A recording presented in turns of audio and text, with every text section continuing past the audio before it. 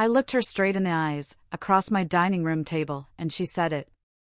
Just like that, completely calm. "If you don't propose to me by Valentine's Day, I'm going back to Brendan." The fork I was holding clattered against the plate. The entire room just went silent. My own apartment, which moments before had felt warm and comfortable, suddenly echoed with a profound stillness. This wasn't a conversation or a discussion. This was an ultimatum, delivered with the casual air of someone ordering breakfast. And for a split second, I was completely frozen, trying to process if I'd actually heard her right. My name is Ethan, and I'm 32. Until that night, I'd been in a relationship that I truly believed was building toward a future.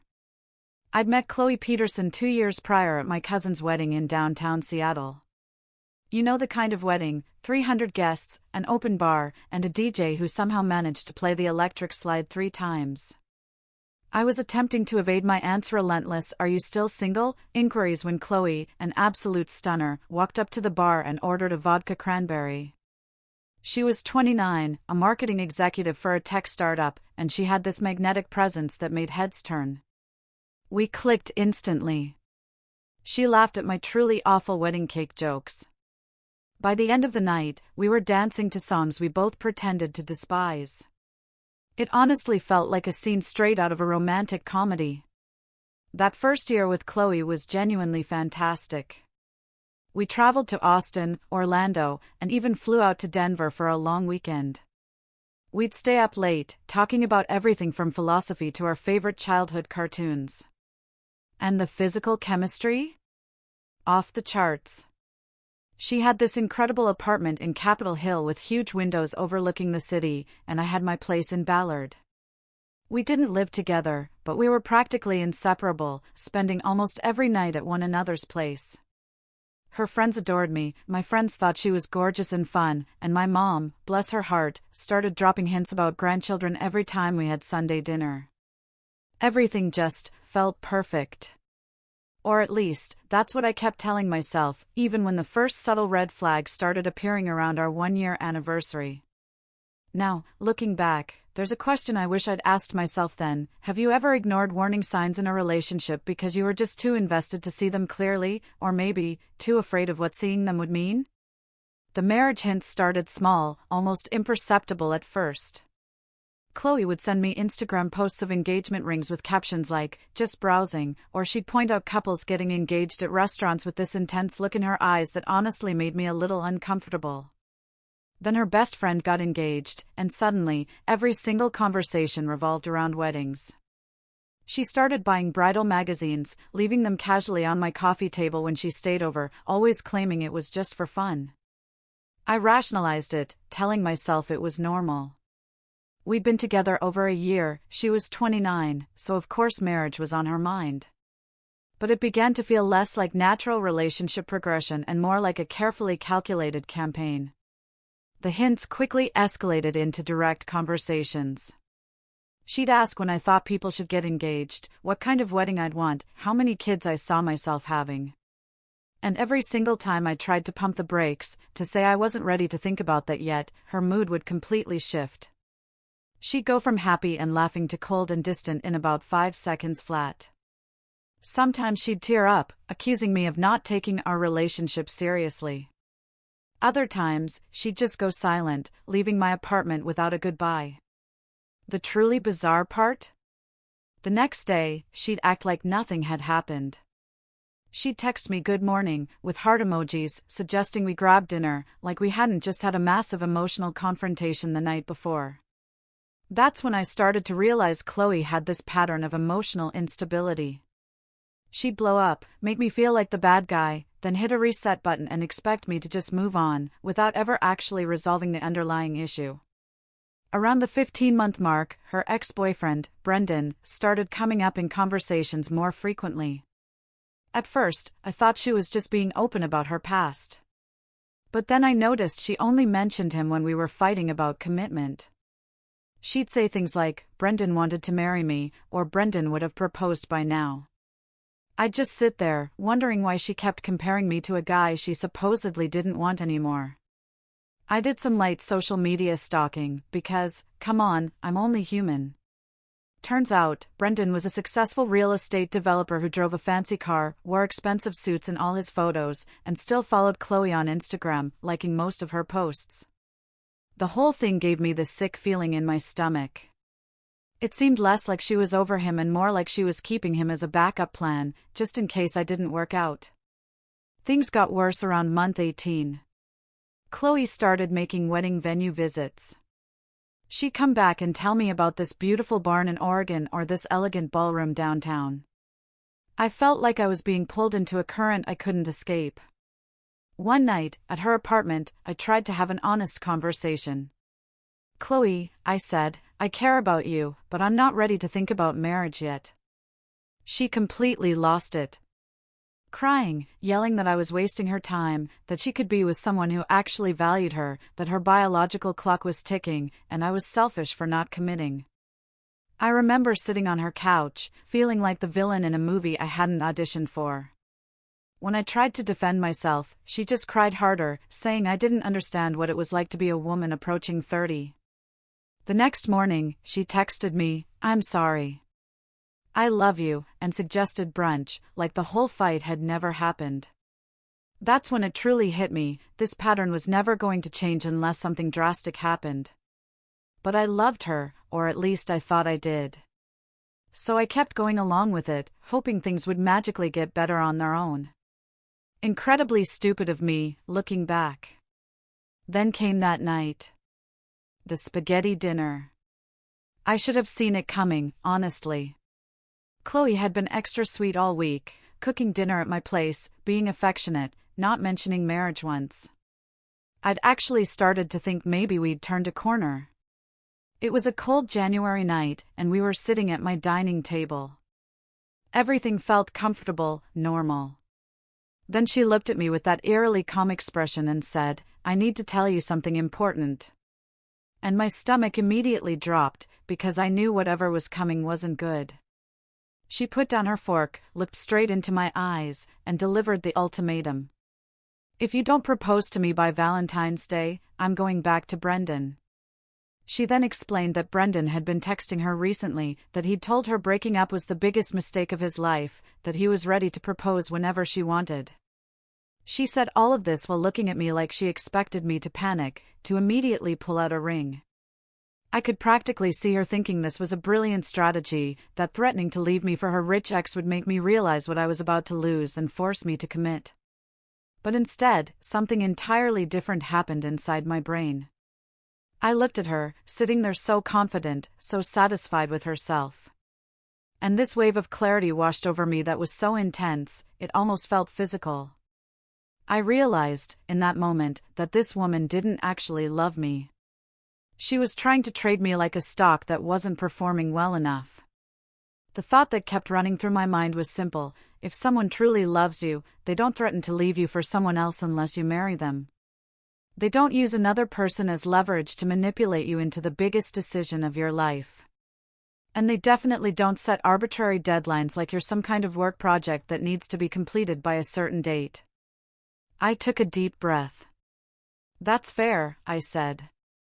And I watched her face light up with this triumphant smile. She thought she'd won. She thought I was agreeing to her terms, that a proposal was now inevitable. She reached across the table and grabbed my hand, starting to chatter about how she knew I'd understand, how happy we were going to be together, how Valentine's Day would be the perfect engagement. I just sat there nodding, my brain already 3 steps ahead, planning something completely different. The rest of dinner was surreal. She was buzzing about wedding ideas and honeymoon destinations, while I was having this intense internal conversation, figuring out my next move. Have you ever had a moment where suddenly, everything became crystal clear? All the confusion just evaporated, and you knew exactly what you had to do? I wasn't thinking about buying a ring. I was thinking about how fundamentally messed up it was to be given an ultimatum by someone who claimed to love me. The phrase that kept repeating in my head was, *I wasn't being chosen. I was being forced, and once I thought that, I couldn't unthink it, because it was so obviously true. Chloe didn't want to marry me specifically. She wanted to get married before she turned 30, and I was just the guy who happened to be there. And if I didn't comply, she had Brendan waiting in the wings, like an understudy, ready to take my place. I realized that if I proposed under these conditions, I'd be walking into a marriage that started with blackmail. That would set the tone for the rest of my life, because she'd know that threatening to leave me was an effective tool to get whatever she wanted. That night, after I drove home, I sat in my living room until 3 a.m, thinking through every possible outcome. I came to the conclusion that I had to end this relationship, but I had to do it in a way that was clean and final.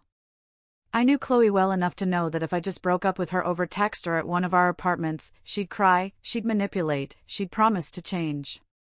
And I'd probably cave, because I'm not great with emotional confrontation.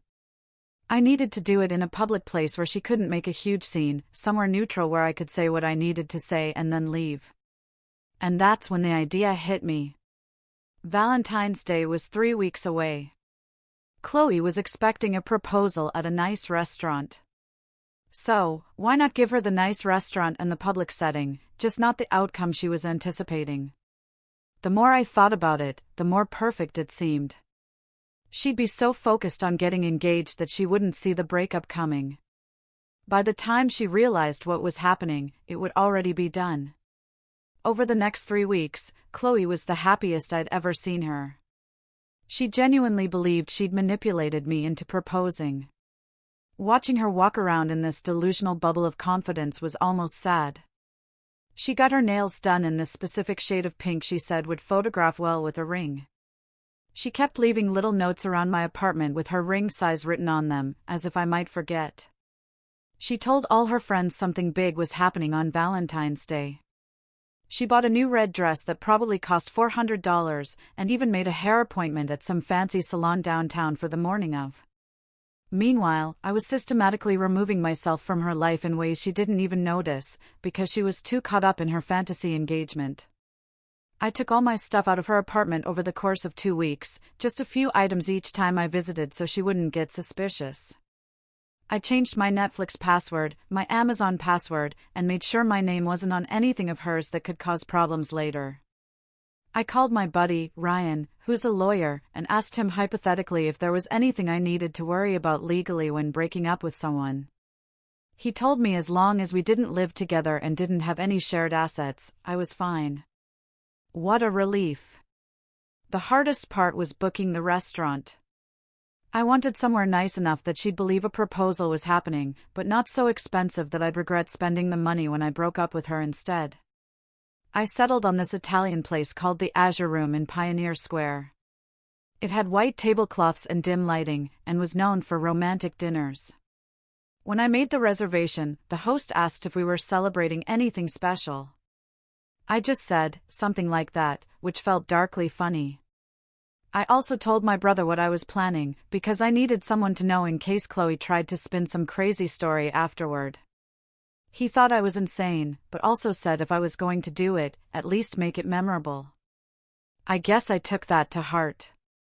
The week before Valentine's Day, Chloe started acting extra sweet and affectionate, probably wanting to make sure I was still on board. She kept saying things like she couldn't wait for our special day with this knowing smile that made my skin crawl. She had no idea that I'd already mentally ended the relationship and was just waiting for the right moment to make it official. And there was something almost peaceful about having made the decision. All the anxiety and pressure just evaporated. Valentine's Day finally arrived. Chloe texted me early that morning, "Today is going to be perfect," with about 15 heart emojis. I just responded with a simple, "See you tonight," because I didn't want to lie, but I also didn't want to tip her off. She spent the entire day getting ready. She went to the spa, got her hair done in elaborate curls, put on the red dress and those expensive heels. When I picked her up at 6:30, she looked absolutely stunning, and completely convinced she was about to get engaged. The drive to the restaurant was torture. She kept talking about how romantic the night was going to be, how she'd always remember this day, how grateful she was that I'd finally come around to her timeline. I just gripped the steering wheel and focused on the road. We pulled up to the Azure room, the valet took my car, and as we walked toward the entrance, Chloe grabbed my arm and whispered, "This is perfect."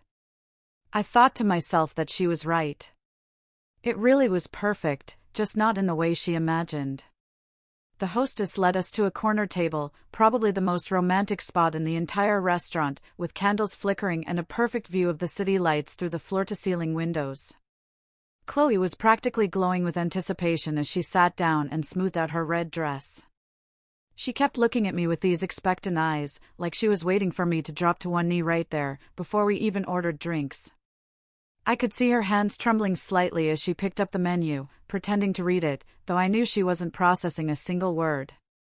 The waiter came over and took our drink orders. Chloe got champagne, of course she did.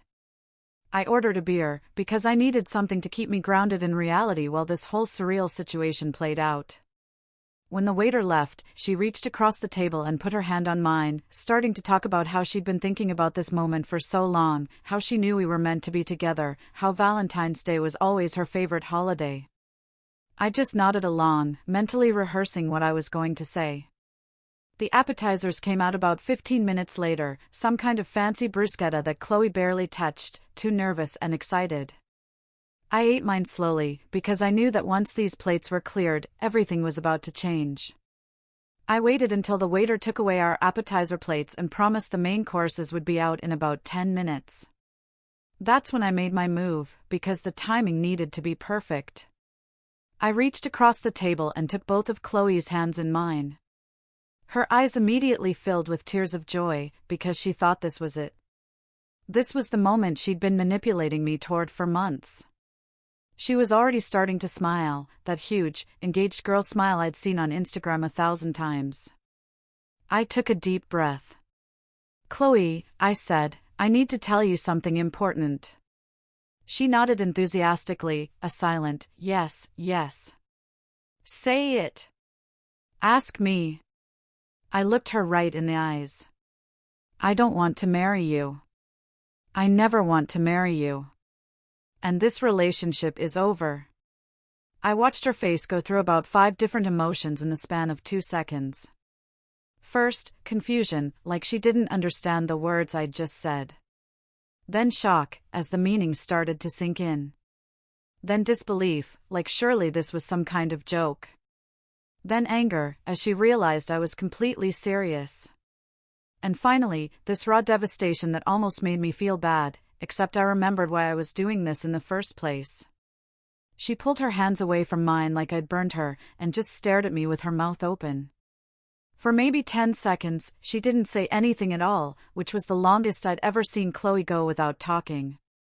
Then the questions started pouring out in this frantic stream. What did I mean? Was this because of the ultimatum? Was there someone else? I calmly explained that you don't threaten someone with their replacement if you actually love them. I told her that the moment she gave me that ultimatum about Brendan, she'd shown me exactly what I was worth to her.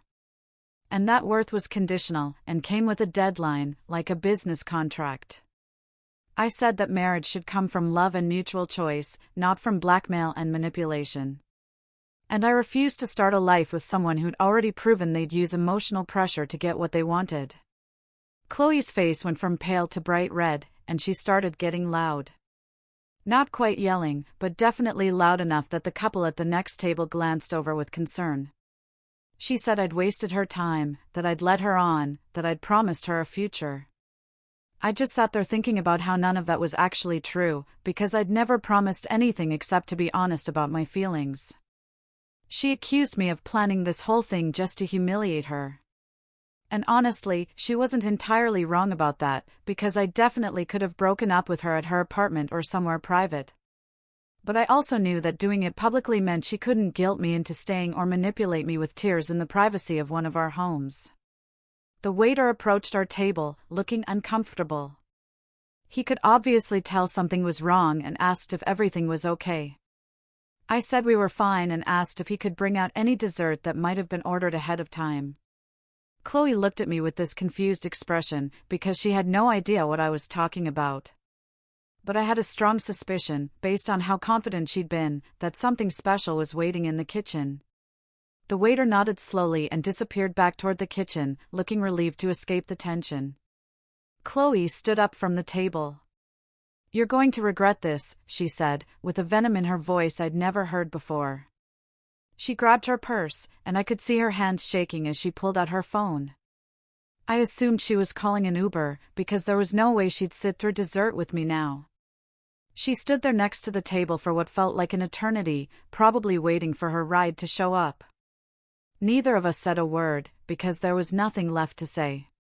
Then the waiter came back out, carrying a small plate with what looked like a custom chocolate dessert. As he got closer, I could see words written across the top in elegant white frosting. He set it down on the table, and the words, "Say yes," were staring up at both of us. The whole situation became so absurd that I almost started laughing. Chloe had apparently pre-ordered this dessert weeks ago, probably right after she gave me the ultimatum, assuming that I'd proposed during dinner, and that this dessert would be the perfect moment to celebrate our engagement. The waiter stood there looking deeply confused about why a couple who was clearly breaking up had an engagement dessert. Chloe's face went from angry to completely mortified as she realized what had just happened. I looked at the dessert, then at her. "Well," I said, "that's really something." I could see her trying to decide whether to run out of the restaurant immediately or stay and try to salvage some dignity. She chose to leave. She turned and walked as fast as she could in those expensive heels toward the exit. I sat there alone at the table, with this say yes dessert and the attention of half the restaurant on me. The waiter came back after a moment and asked if I still wanted the check. I said yes, and apologized for the scene. He actually laughed and said he'd seen much worse breakups during his years at the Azure Room, which made me feel slightly better. The bill came out to $147, which felt like a small price to pay for my freedom. I left a $40 tip, because that waiter had definitely earned it dealing with our drama. I drove home in complete silence. No music, no phone calls, just me and my thoughts, processing what had just happened. When I got back to my apartment, I felt this overwhelming sense of relief, like I'd just escaped something terrible. Chloe started texting me around 10 that night. First with angry messages about how I'd humiliated her in public, then with sad messages about how we could work things out if I'd just listen. Then with threatening messages about how I'd ruined her life and everyone would know what kind of person I really was. I read the first 10 messages just to make sure there wasn't anything urgent. Then I blocked her number, because I was done engaging with the drama and manipulation. I found out later through a mutual friend that Chloe had told everyone I cheated on her, which wasn't true. But most of our mutual friends could see through her version of events, because they'd witnessed her behavior patterns over the years. That same friend told me that Chloe had gone back to Brendan within a week of our breakup, which honestly just proved my point about her having a backup plan all along. She didn't need time to grieve or process. She just moved laterally to her next option, exactly as I'd predicted. The aftermath was quieter than I expected, because I braced myself for more drama. But apparently Chloe was too busy with Brendan to keep focusing on me. My life slowly returned to normal over the next few months. I started going out with friends again without worrying about her reactions. I focused on my work. I even went on a few casual dates, though nothing serious. About 6 months later, that same mutual friend reached out and told me something that made the whole experience feel almost poetic. Apparently, Chloe had pulled the exact same ultimatum move on Brendan. She'd given him a deadline to propose, or she'd leave, probably using me, or some other guy, as the threat this time. And here's the kicker, Brendan broke up with her, too. Because nobody wants to be manipulated into marriage, regardless of how much they might care about someone. I never reached out to Chloe again, and I never regretted my decision. Looking back, the only thing I regret is not ending it sooner, when the red flags first started appearing around that 1-year mark. The whole experience taught me something valuable about relationships and self-respect that I wish I'd understood earlier. Someone who truly loves you will never force you to prove it on their timeline with their conditions. And they definitely won't threaten to replace you if you don't comply with their demands. Walking away from manipulation is always the right choice. Even when it's hard. Even when you're deeply invested.